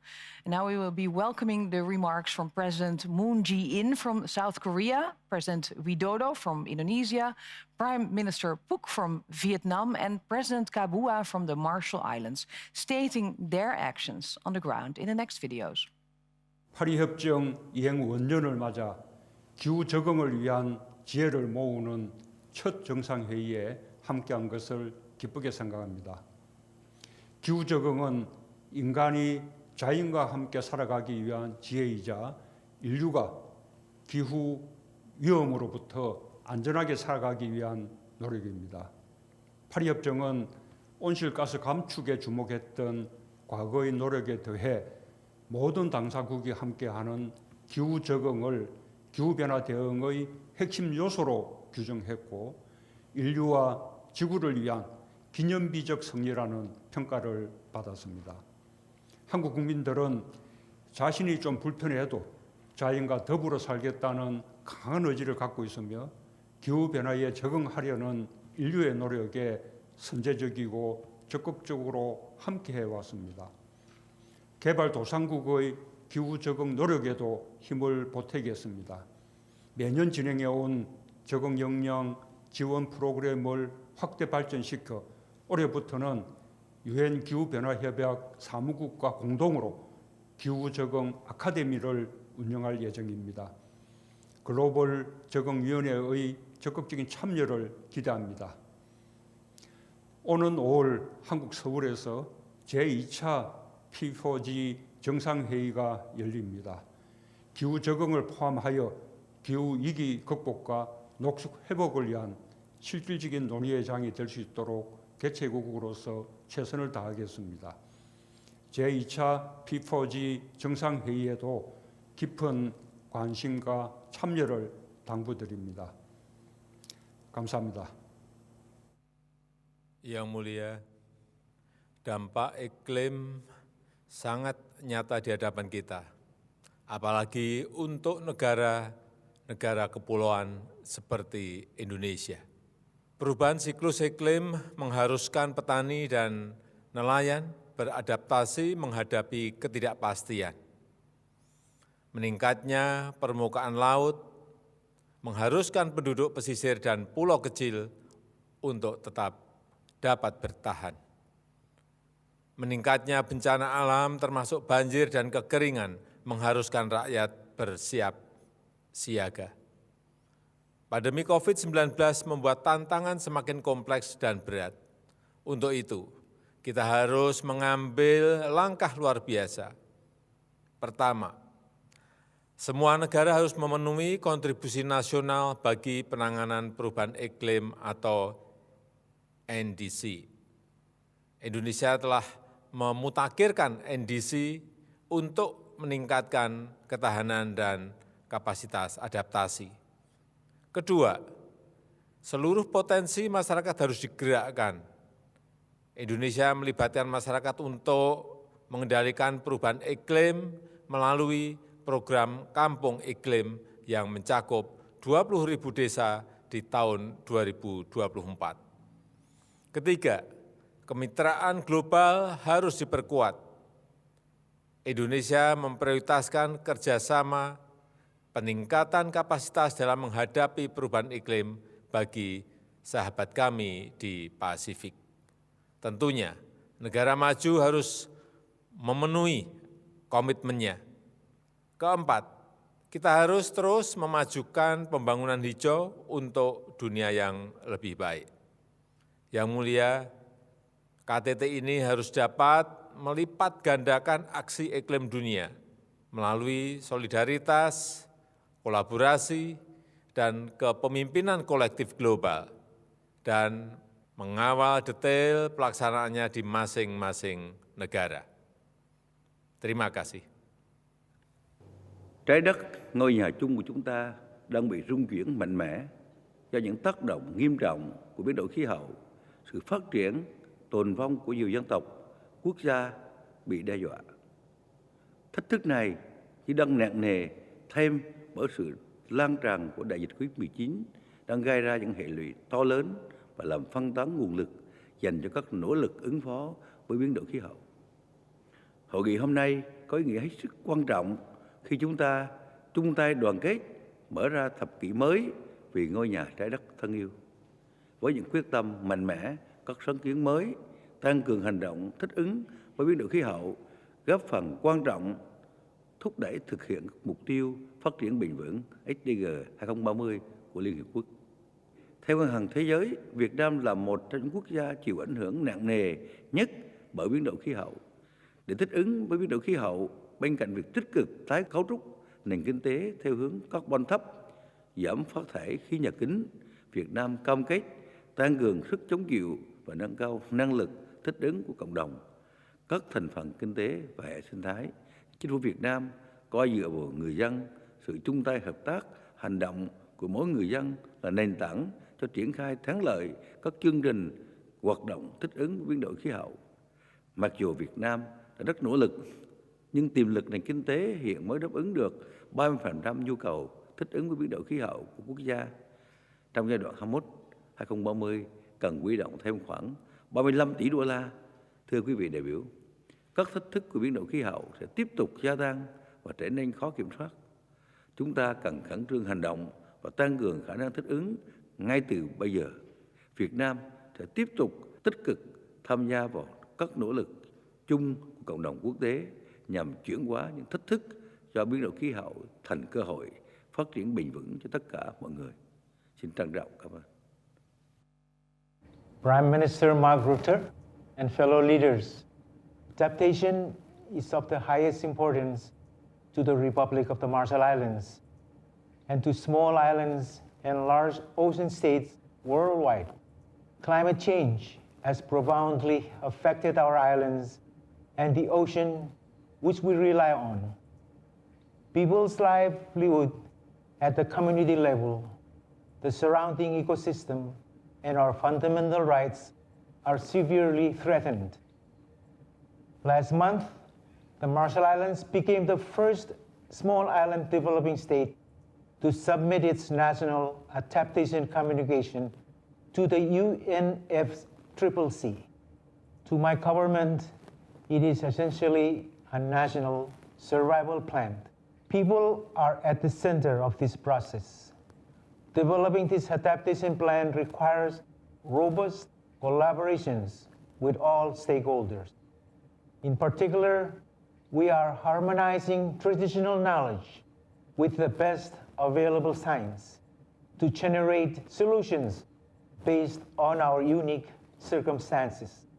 As we approach COP26, greater attention to the importance of adaptation and the financial commitments required to deliver climate protection are vitally needed and urgent.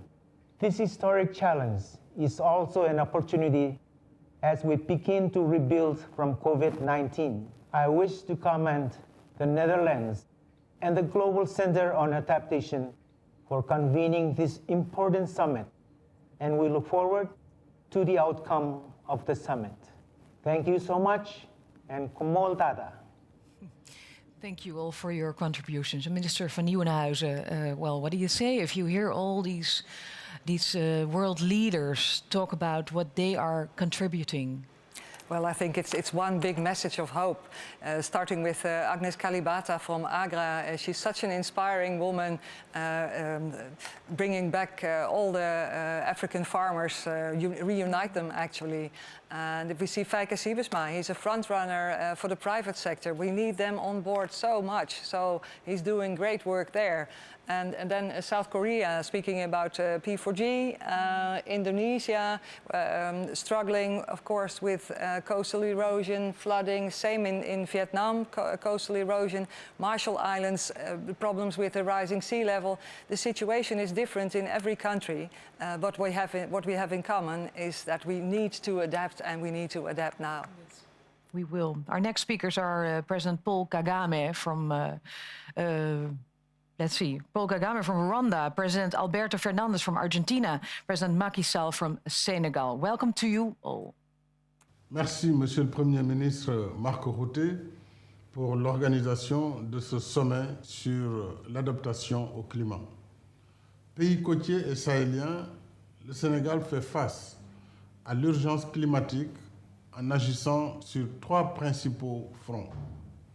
L'investissement massif dans la transition énergétique, ce qui porte à 34% la part des énergies propres dans nos capacités électriques installées à ce jour.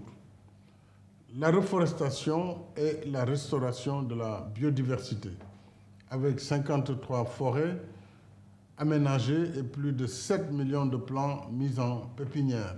Enfin, la lutte contre l'érosion côtière, dont l'un des derniers projets phares nous a permis récemment, en partenariat avec la Banque mondiale, de sauvegarder une importante zone côtière avec la restauration des plages et une zone qui a sauvé donc 17 hôtels et plusieurs autres activités liées au tourisme et à la pêche.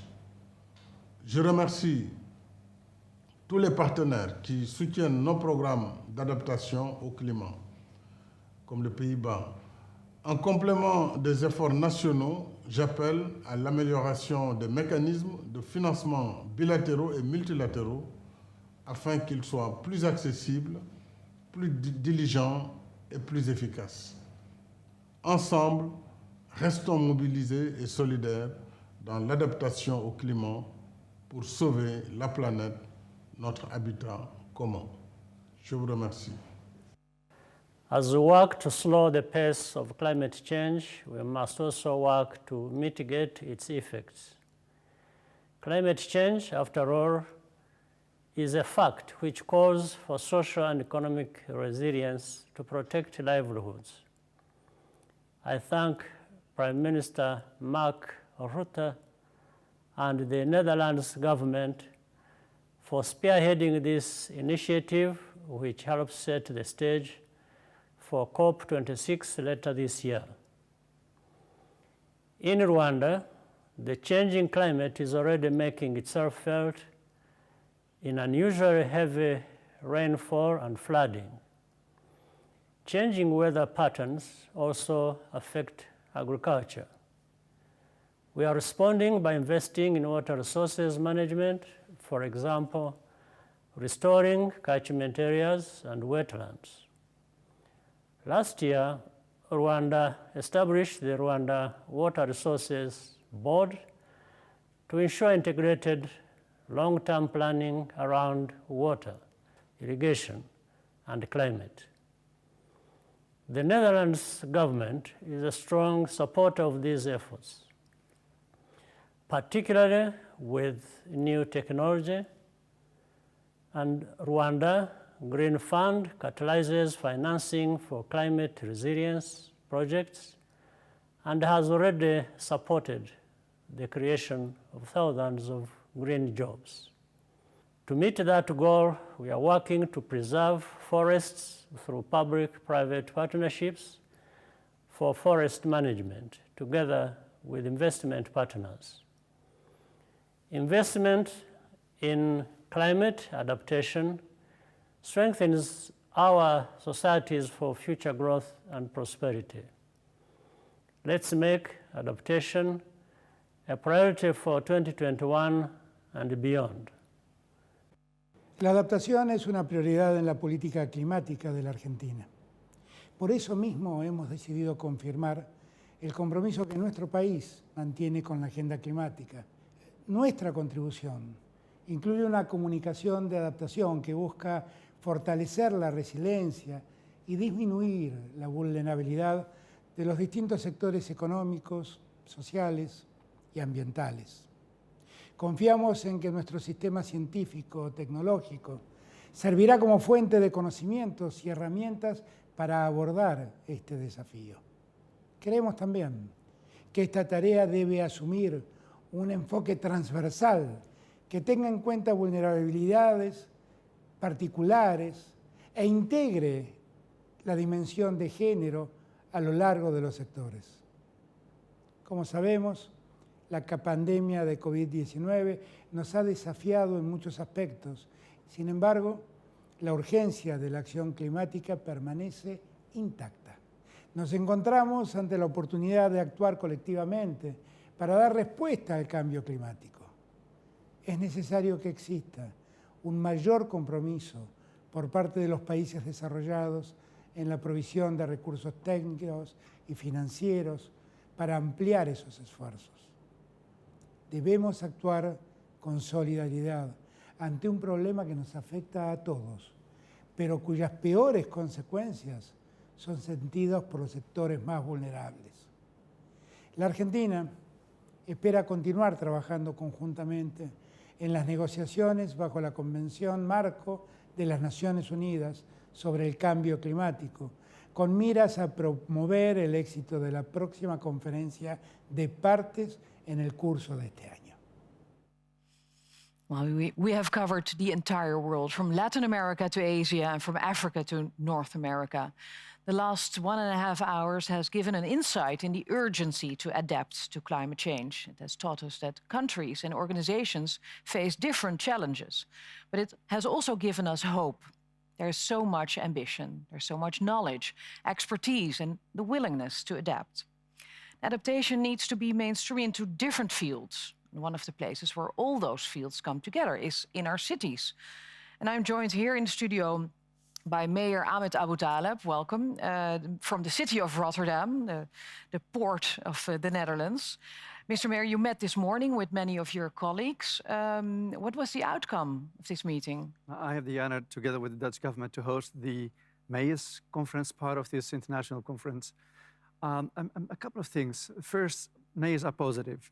They really are optimistic that they will realize change in the cities.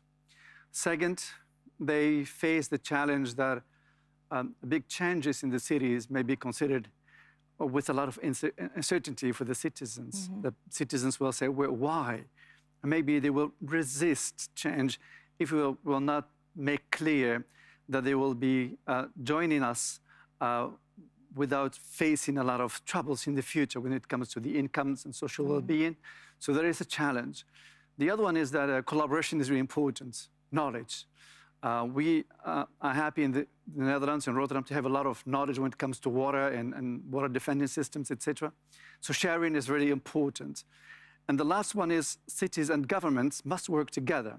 I'm lucky to work with the government, which is really collaborating with the cities and the regions when it comes to this major endeavor. That's not the case in all the cities in the world. And the last one is we face the problem of financing. These are costly programs, and not all the countries have the resources to do the work. So we need the interventions of the World Bank and the IMF. And the last thing is I have the honor to tell you that we launched a program aiming to make 1,000 cities in the world work together to realize this high ambition. And this is the document that I had the honor this morning to present to Mr. Ban Ki-moon, who is the chair of GCE. And Madam Minister, via you, I would like to ask you to virtually accept this program and to make it work on international level with the leaders of the world. I will give it to her. Thank you very much. Thank you very much, Mr. Abu Taleb. Well, the mayor forums will be broadcasted, I have to tell you, because you can watch it. It will be broadcasted on the platform of the summit later today, so you can see it. But today we also celebrate the sunsetting of the Global Commission on Adaptation. We are very grateful for the acceleration that this high-level commission has enabled on adaptation action. They have laid the groundwork for this summit and put adaptation on the political agenda. We have heard from its co-chairs Ban Ki-moon and from Kristalina Georgieva. Let's also hear from the third co-chair of the Commission, Mr. Bill Gates. He will tell us why adaptation is essential. 2021 will be a critical year for the future of the planet. We can put the world on a pathway to low-carbon, resilient growth, minimizing the damage that climate change causes to developing countries. Of course, there's a lot of focus on COVID-19 right now, and that makes sense. The pandemic has killed millions, hurt the global economy, and erased many years of progress in fighting poverty and hunger. And so we have a lot of work to do to help the world recover, get back to where we were, and get on a growth path. If we look at smallholder farmers, not only have they faced the economic hardships from COVID, they're also feeling the negative effects of climate change, particularly in sub-Saharan Africa and South Asia. And with the right tools, agriculture will be the most powerful engine for equitable green growth and incomes. The digital tools can get information to farmers about what to plant and when to plant. They can help them prepare for climate-related threats like a drought or disease infestation. The digital blueprint being launched by the Commission today is an important tool to accelerate digital adaptation and mitigation efforts. We have to find ways to end the poverty of information afflicting smallholder farmers. As the world leader in harnessing agricultural science for better lives, CGIAR is a critical part of this transformation. We've been facing one of the most difficult periods in modern history. COVID-19 has taught us some important lessons. It's reminded us that we have to invest in public goods and ensure equal access to new innovations. As we begin a new decade, we have an opportunity to take these lessons, raise our ambitions, and build a better world than the one we lived in before the pandemic. The leaders today have the power to shape a better future for our planet.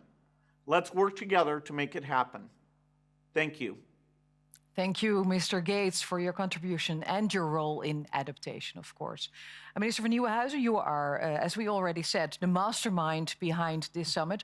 Could you tell us why it was so important to bring all these leaders together today? Well, thank you, Sasha, and thank you for presenting all these inspiring contributions from all these world leaders. This is exactly the leadership that the world urgently needs to speed up the action on climate adaptation. The years between 2030 and now will be the make or break decade for our societies. So either we will pass a point of no return on climate, or we hold the line. Either we fall behind and sink into climate chaos, or we speed up our efforts to adapt and we keep up.